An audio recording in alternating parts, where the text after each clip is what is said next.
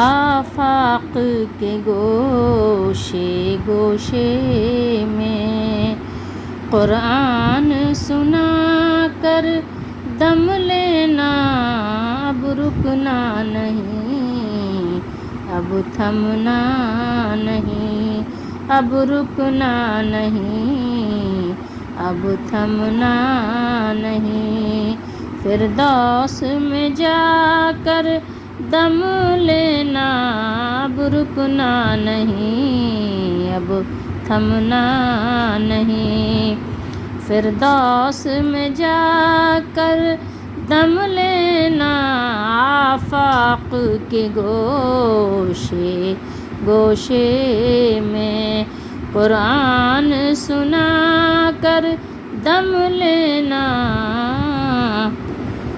اعوذ باللہ السمیع العلیم من الشیطان الرجیم، من حمزہ ونفخہ ونفثہ، بسم اللہ الرحمن الرحیم، ربی یسر ولا تعسر وتمم بالخیر، ربی زدنی علما، یا ایہا الرسول بلغ ما انزل الیک من ربک وَإِن لَّمْ تَفْعَلْ، یہاں نون نہیں پڑھا جائے گا، وَإِن لَّمْ تَفْعَلْ فَمَا بَلَّغْتَ رِسَالَتَهُ وَاللَّهُ يَعْصِمُكَ مِنَ النَّاسِ إِنَّ اللَّهَ لَا يَهْدِي الْقَوْمَ الْكَافِرِينَ قُلْ يَا أَهْلَ الْكِتَابِ لَسْتُمْ عَلَىٰ شَيْءٍ حَتَّىٰ تُقِيمُوا التَّوْرَاةَ وَالْإِنْجِيلَ وَمَا أُنزِلَ إِلَيْكُم مِّن رَّبِّكُمْ وَلَا يَزِيدَنَّ كَثِيرًا مِّنْهُم مَّا أُنزِلَ إِلَيْكَ مِن رَّبِّكَ طُغْيَانًا وَكُفْرًا فَلَا تَأْسَ عَلَى الْقَوْمِ الْكَافِرِينَ۔ یہ سورۃ المائدہ کی 2 آیات مبارکہ ہیں، 6 سپارے میں۔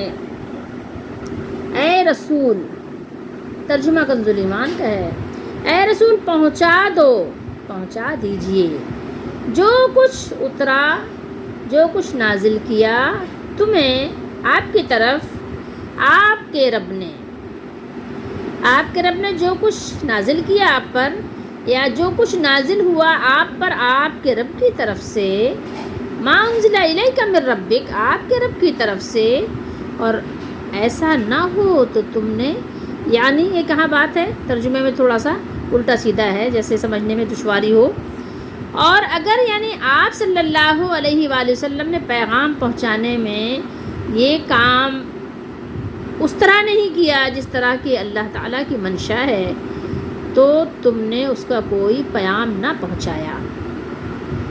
ترجمہ احمد رضا کا ہے، کہہ رہے ہیں کہ اور ایسا نہ ہو تو تم نے اس کا کوئی پیام نہ پہنچایا، ٹھیک ہے۔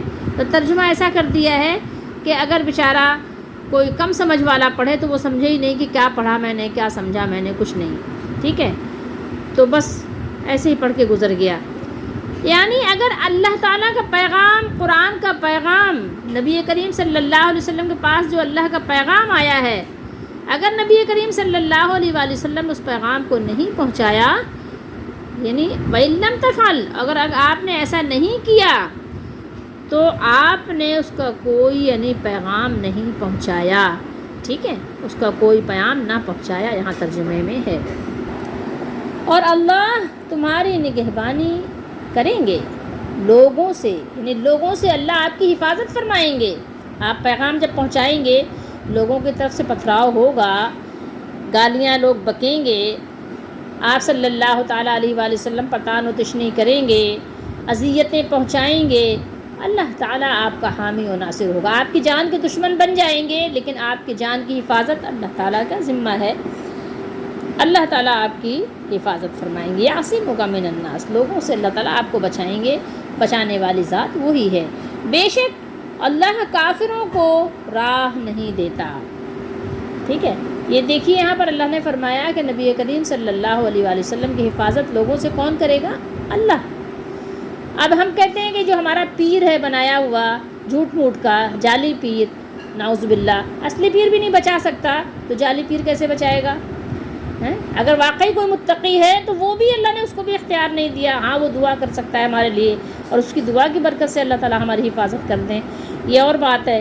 لیکن یہ ہے کہ جو آپ نے جعلی پیر بنا لی ہیں، آپ کے خیال میں کوئی جعلی پیر آپ کو بچا لیں گے، کیسے بچا لیں گے؟ اللہ اپنے نبی کو اللہ بچائیں گے، لوگوں سے، لوگوں کی اذیتوں سے، لوگوں کی جو وہ قتل کے منصوبے بناتے ہیں اس سے۔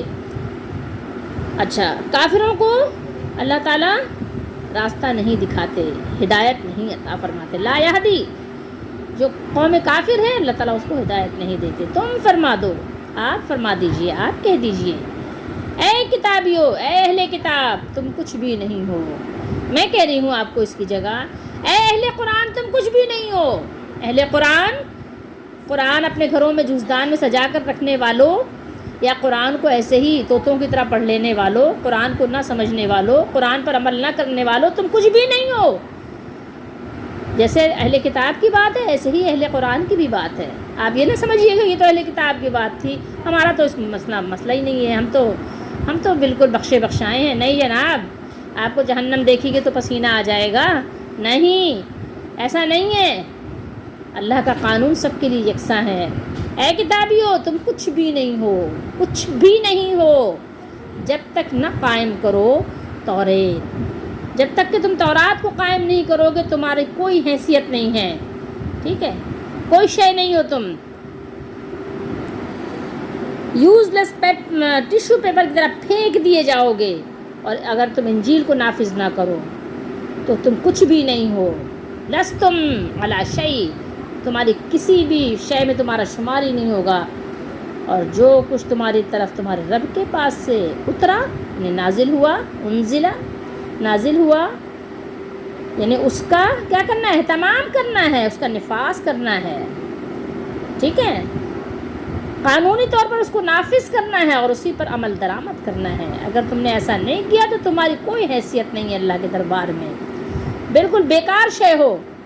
اور بے شک اے محبوب، وہ جو تمہاری طرف تمہارے رب کے پاس سے اترا، یعنی آپ کے رب کے پاس سے جو کچھ آپ کے پاس آیا، تشریف اللہ تعالیٰ نے جبریل علیہ السلام کے ذریعے سے آپ پاس بھیجا، آپ کے قلب مبارک پر جو کچھ نازل فرمایا، اس سے ان میں بہتوں کو شرارت اور کفر کی ترقی ہوگی، بہتوں کو شرارت اور کفر کی اور ترقی ہوگی۔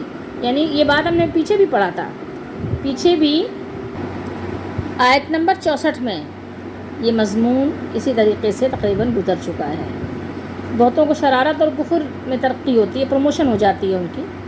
تو تم کافروں کا کچھ غم نہ کھاؤ، یعنی آپ کافروں کا غم نہ کیجیے، فلا تأسا، سو نہیں کیجیے آپ غم، افسوس کافر قوم کا، جو کافرین ہیں ان پر غمگین ہونے کی ضرورت نہیں ہے، کیونکہ انہوں نے اپنے آپ پر ہی غم نہیں کیا، ان کو اپنے آپ پر ہی ملامت نہیں ہوئی، تو اب پھر ایسے لوگوں کا جو بالکل جانوروں جیسی شخصیت ہیں تو ان کا غم کرنے کا آپ کو کیا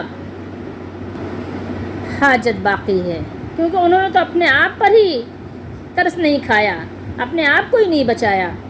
آپ صلی اللہ علیہ وآلہ وسلم ان کی خاطر، ایسی قوم کی خاطر کیوں رنجیدہ ہونا چاہتے ہیں؟ آپ نہیں رنجیدہ ہوئیے، آپ پر ویسے ہی بہت سارے بوجھ ہیں، بہت سارے آپ کے کام ہیں، بہت سارے آپ کے جو ہے اللہ تعالیٰ کے پیغامات ہیں جو آپ اپنے طور پر بہت ہی خوبصورت انداز میں اللہ کے بندوں کو اللہ کا پیغام پہنچا رہے ہیں۔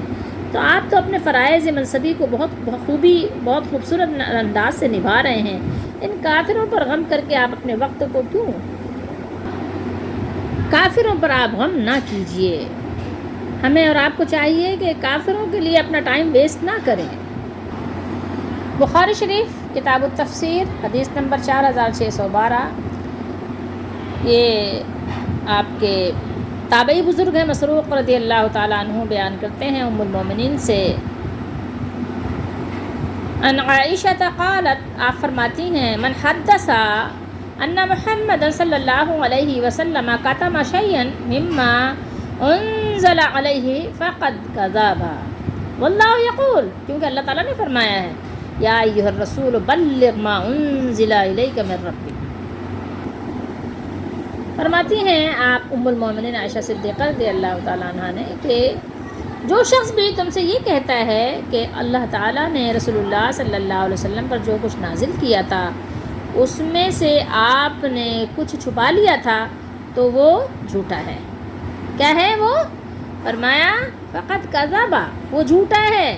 اللہ تعالیٰ نے خود فرمایا ہے واللہ یقول کہ اے پیغمبر، اے محمد صلی اللہ علیہ وآلہ وسلم، اے محبوب، جو کچھ آپ پر آپ کے رب کی طرف سے نازل ہوا ہے یہ سب آپ لوگوں تک پہنچا دیجئے۔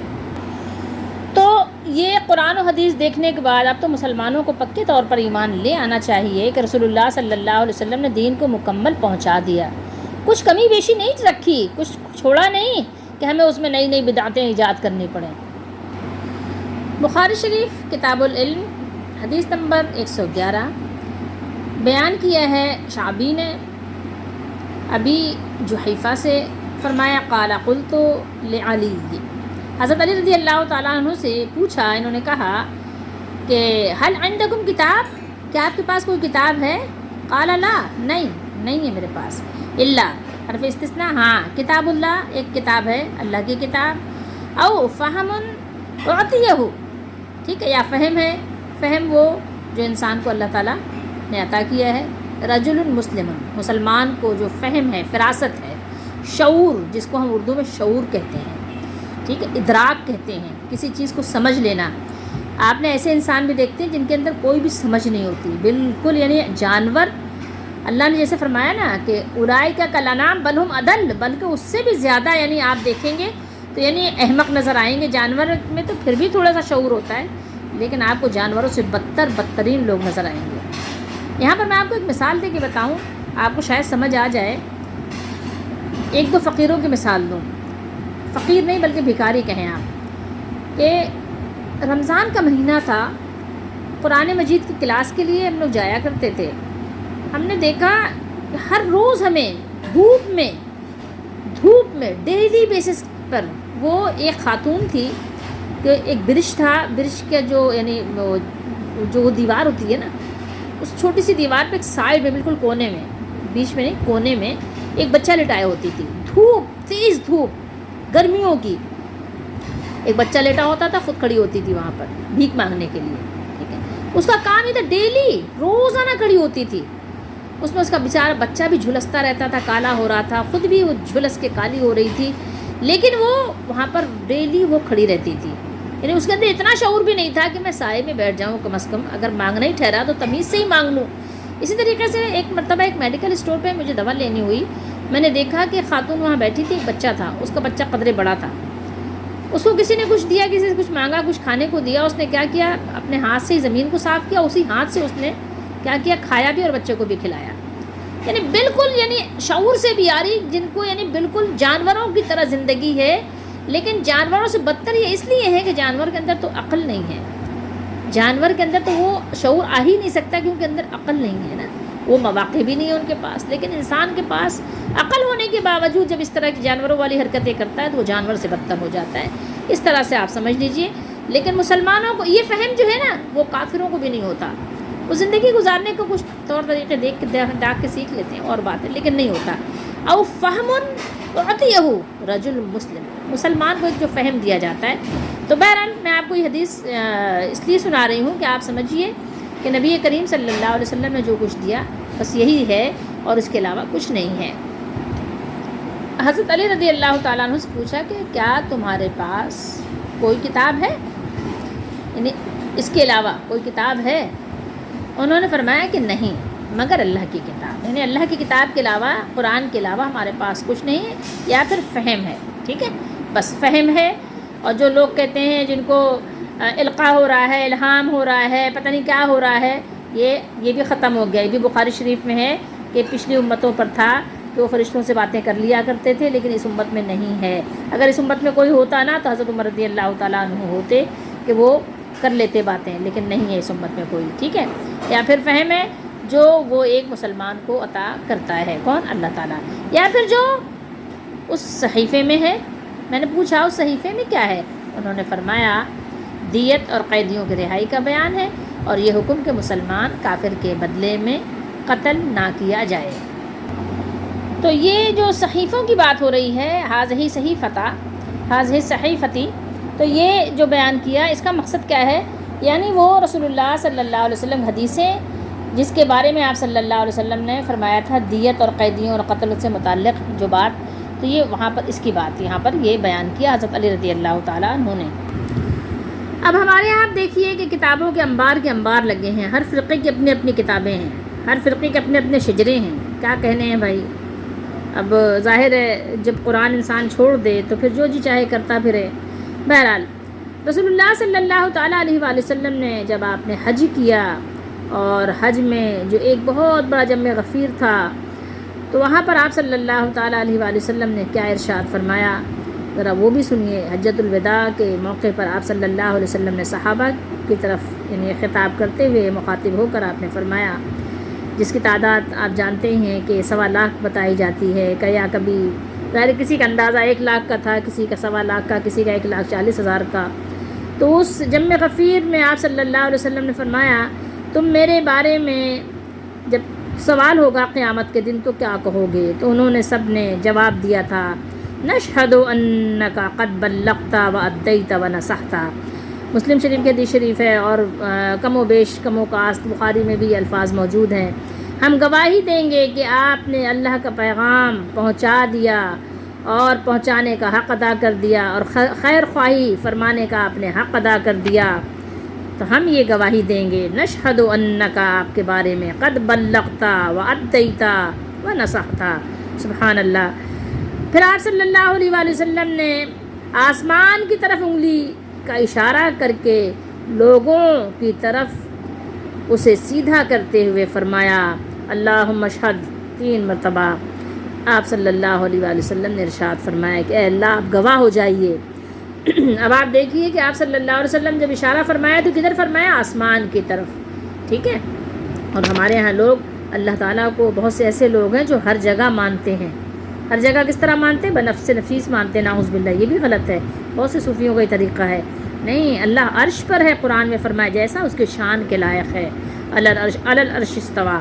بہرحال آپ صلی اللہ علیہ وآلہ وسلم نے فرمایا، اللہ آپ گواہ ہو جائیے کہ یہ بندے آپ کے جن کے پاس آپ نے مجھے بھیجا، یہ اس بات کی گواہی دے رہے ہیں، یہ بات تسلیم کر رہے ہیں، مان رہے ہیں کہ میں نے آپ کا پیغام پہنچا دیا، آپ گواہ ہو جائیے، آپ گواہ ہو جائیے، آپ گواہ ہو جائیے۔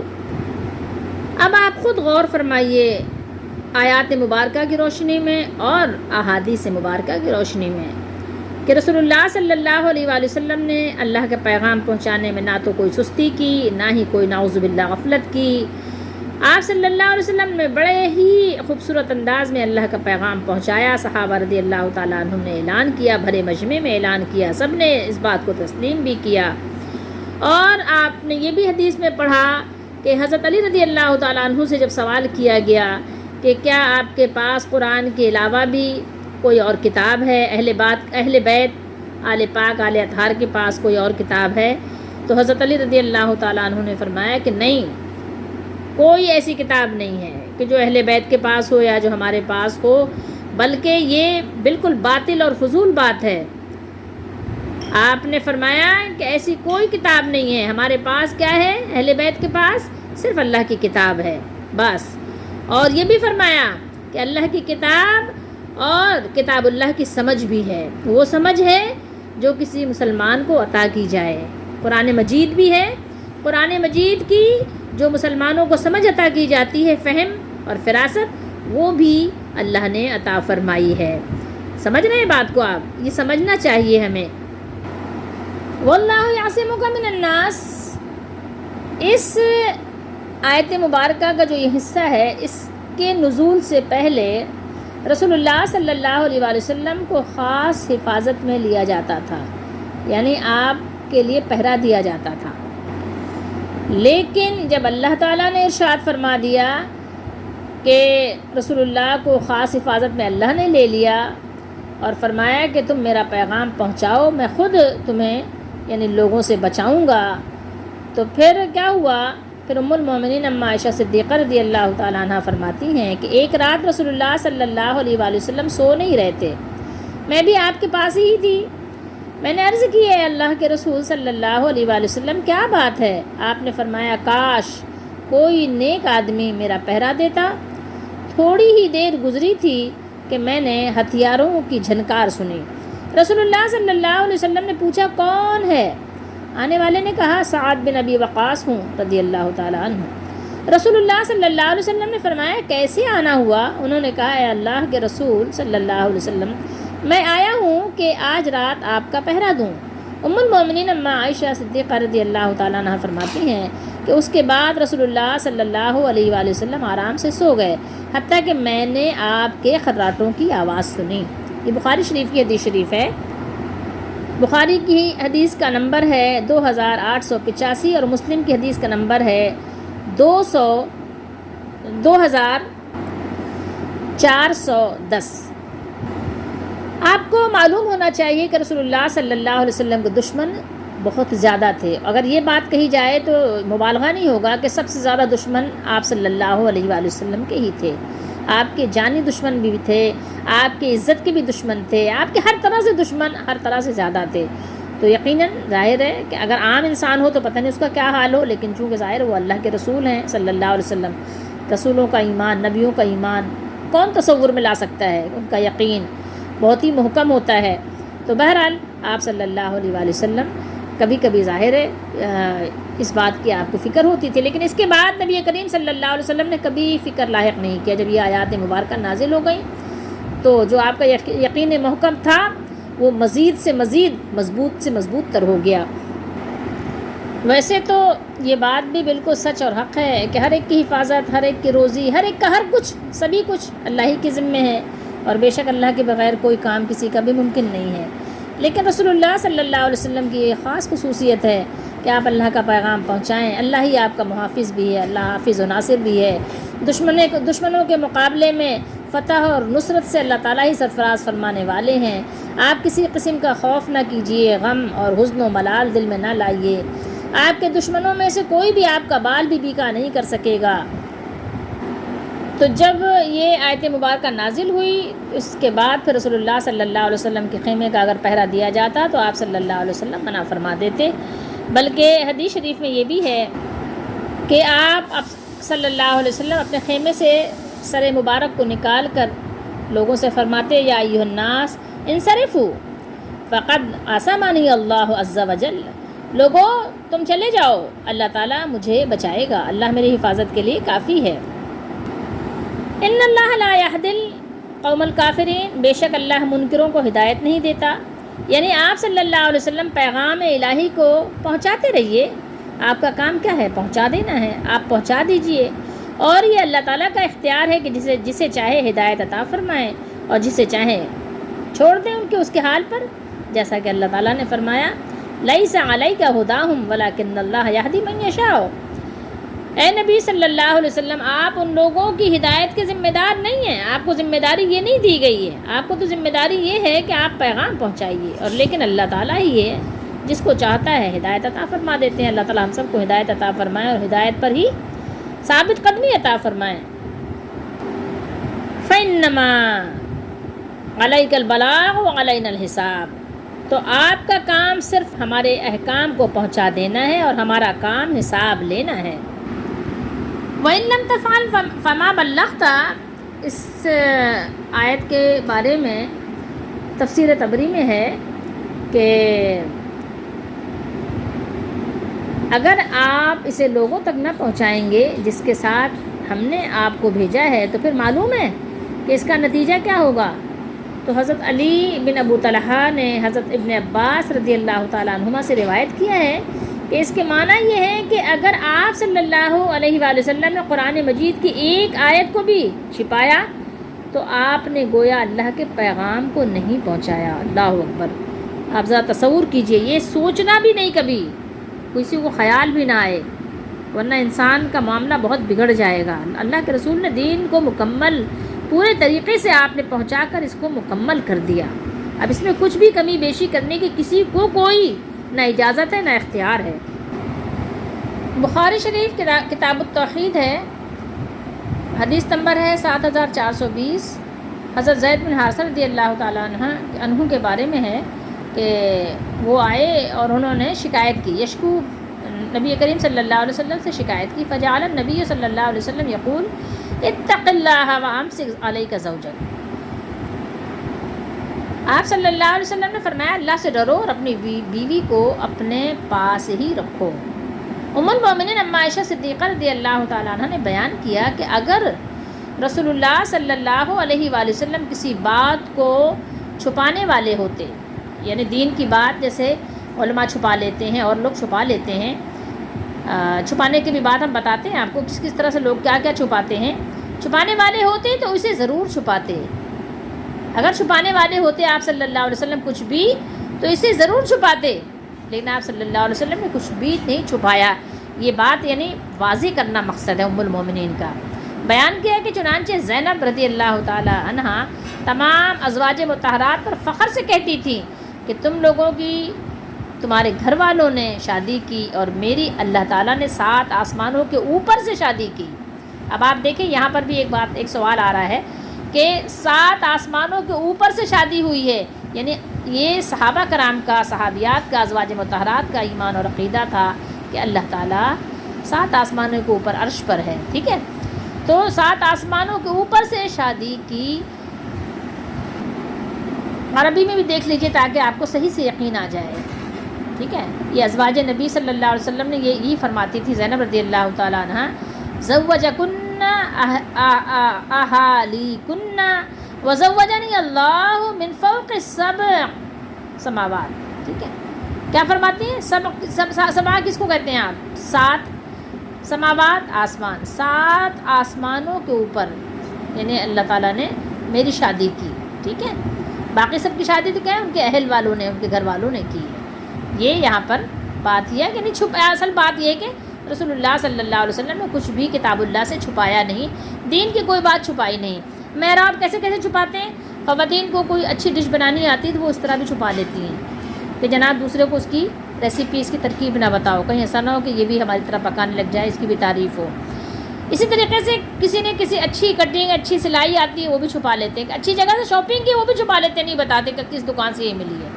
لیکن اللہ کے رسول صلی اللہ علیہ وسلم نے کچھ بھی نہیں چھپایا، جو کچھ بھی پیغامات تھے سب کچھ لوگوں کو بتا دیا، بیان کر دیا، بہت امانت داری کے ساتھ، بہت خلوص کے ساتھ، بہت محبت و شفقت و مہربانی کے ساتھ آپ صلی اللہ علیہ وسلم نے اللہ کے پیغام کو پہنچانے کا حق ادا فرمایا ہے۔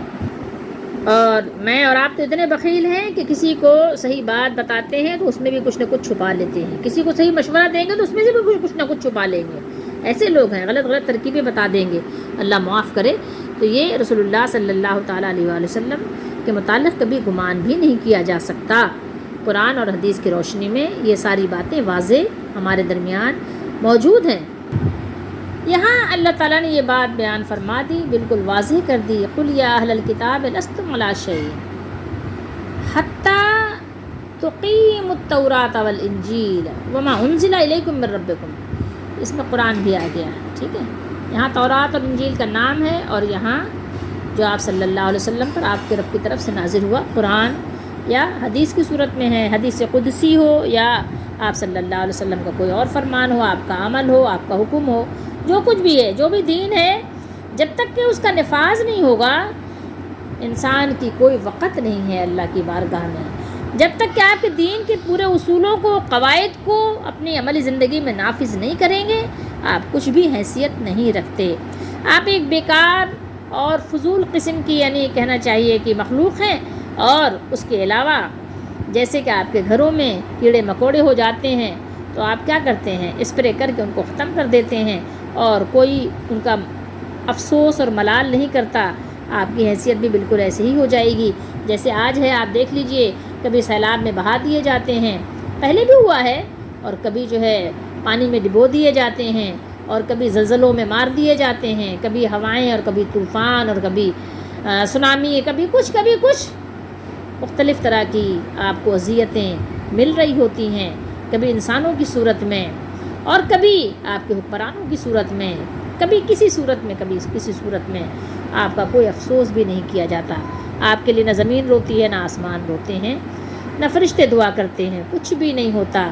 کیوں؟ اس لیے کہ ظاہر ہے آپ نے اللہ کے دین کو جیسے چھوڑ دیا، فراموش کر دیا، ایسے آپ کو بھی اللہ تعالیٰ کی طرف سے بھلا دیا گیا۔ جب آپ کے نزدیک دین اسلام کی کوئی قدر نہیں رہ گئی، کوئی وقت نہیں رہ گئی، تو آپ کی بھی کوئی قدر، کوئی وقت نہیں ہے اللہ کے نزدیک، نہ دین کے نزدیک، نہ اسلام کے نزدیک۔ آپ بھی ایسے بھیڑ بکریوں کی طرح ہو، اور بس اس کے علاوہ آپ کی کوئی گنتی شمار نہیں ہے۔ وَلَا يَزِيدَنَّ كَثِيرًا مِّنْهُمْ، یہ ہدایت اور گمراہی اس اصول کے مطابق ہے جو اللہ کی سنت رہی ہے، یعنی جس طرح بعض اعمال و اشیاء سے اہل ایمان کے ایمان و تصدیق و عمل و صالح اور علم نافع میں اضافہ ہوتا ہے، اسی طرح گناہ، معاصی،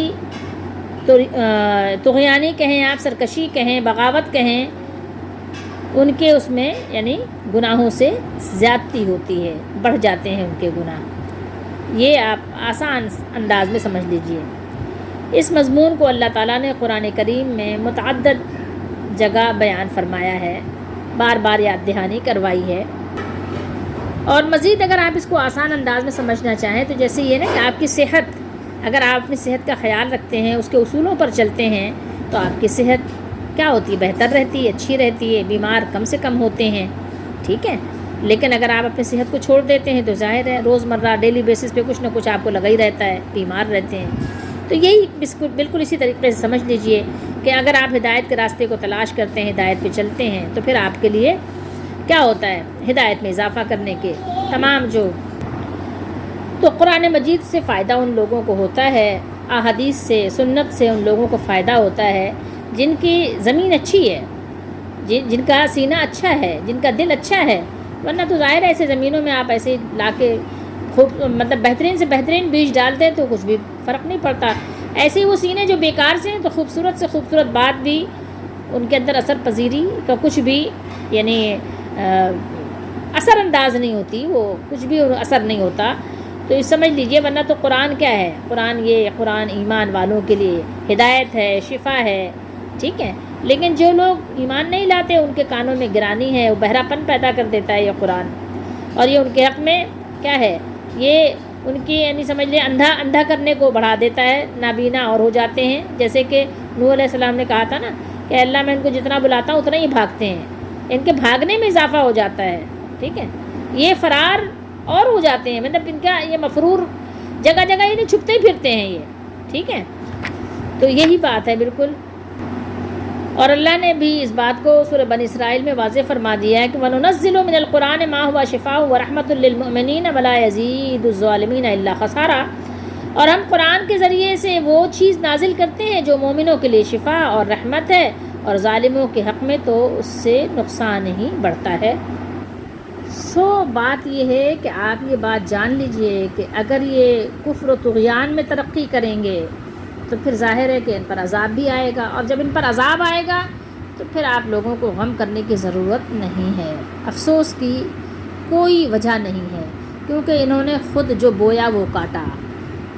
کما تدین تدان، ٹٹ فار ٹٹ، جیسا کرو گے ویسا بھرو گے، کہ نظام کے تحت اسی اصول کے طور پر ان پر جو کچھ ہوگا پھر یہ وہ بھگتیں گے، پھر آپ کو پریشان ہونے کی کوئی ضرورت نہیں ہے۔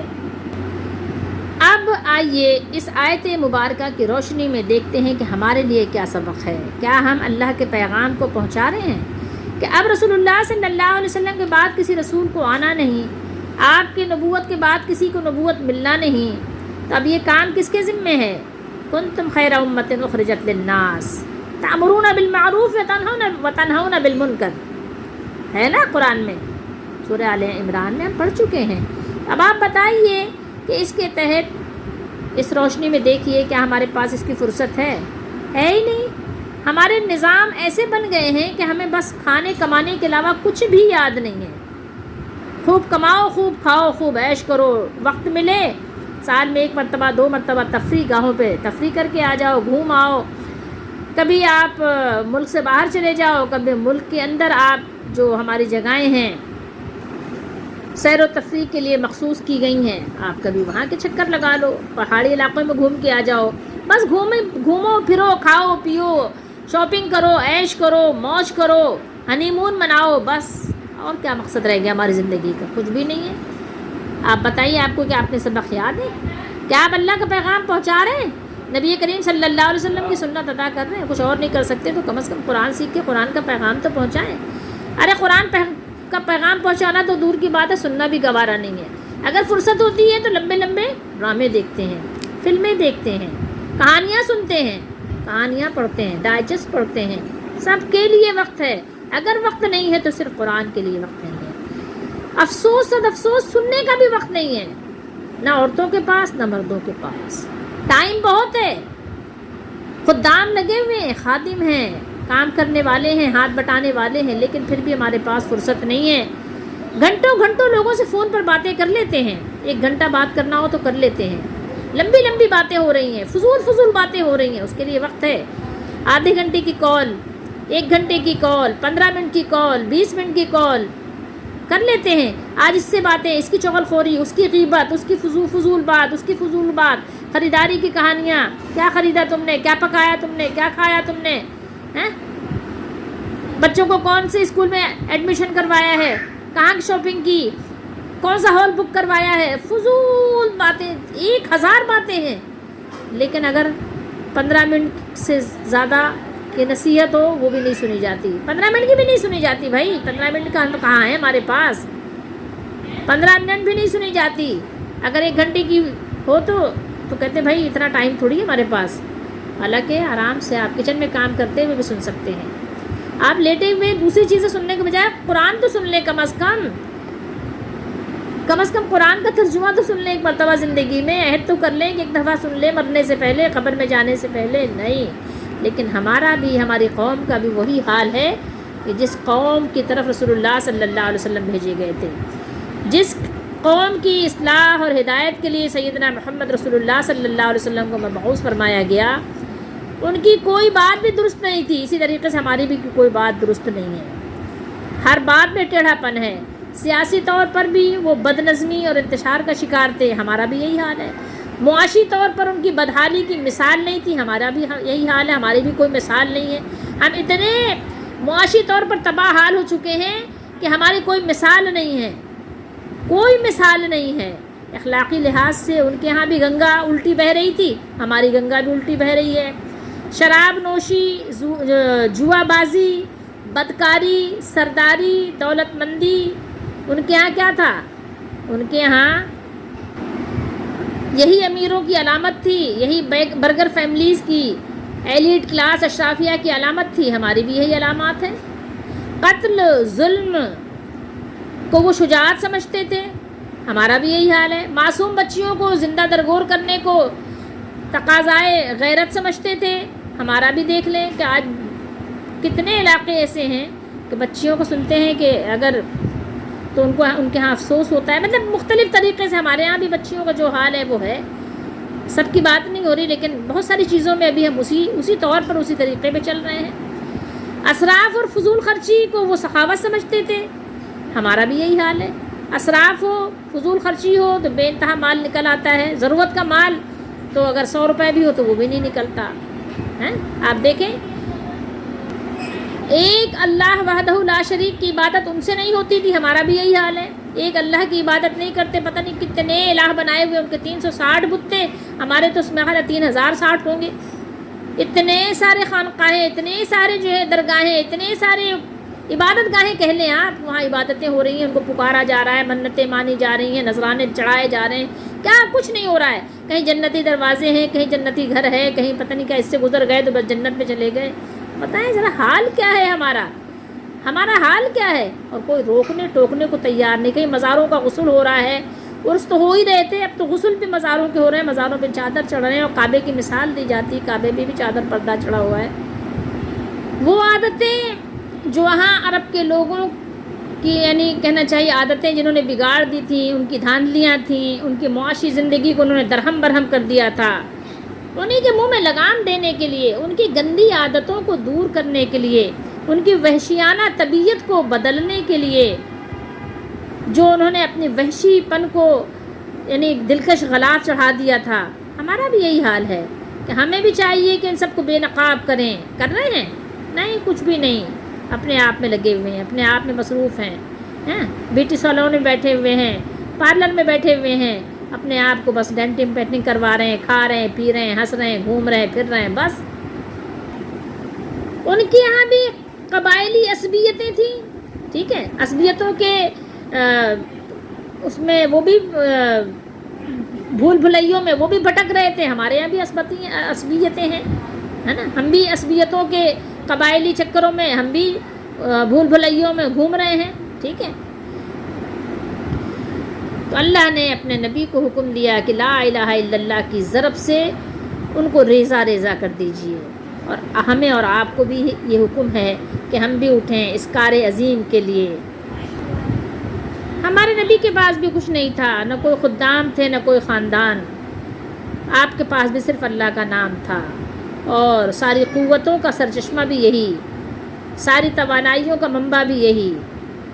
تو ہمیں بھی اور آپ کو بھی چاہیے کہ اٹھیں اور اللہ کا نام گوشے گوشے میں پہنچائیں، قرآن کے پیغام کو گوشے گوشے میں پہنچائیں. لیکن یاد رکھیے اگر ایسا نہ کیا تو پھر سمجھ لیجیے کچھ بھی نہ کیا ہم نے. پھر اللہ کی بارگاہ میں تمہاری کوئی حیثیت، کوئی وقت نہیں ہوگی. اللہ تعالی ہم سب کو قرآن مجید کو سمجھنے کی توفیق دے، عمل کی بھی توفیق دے.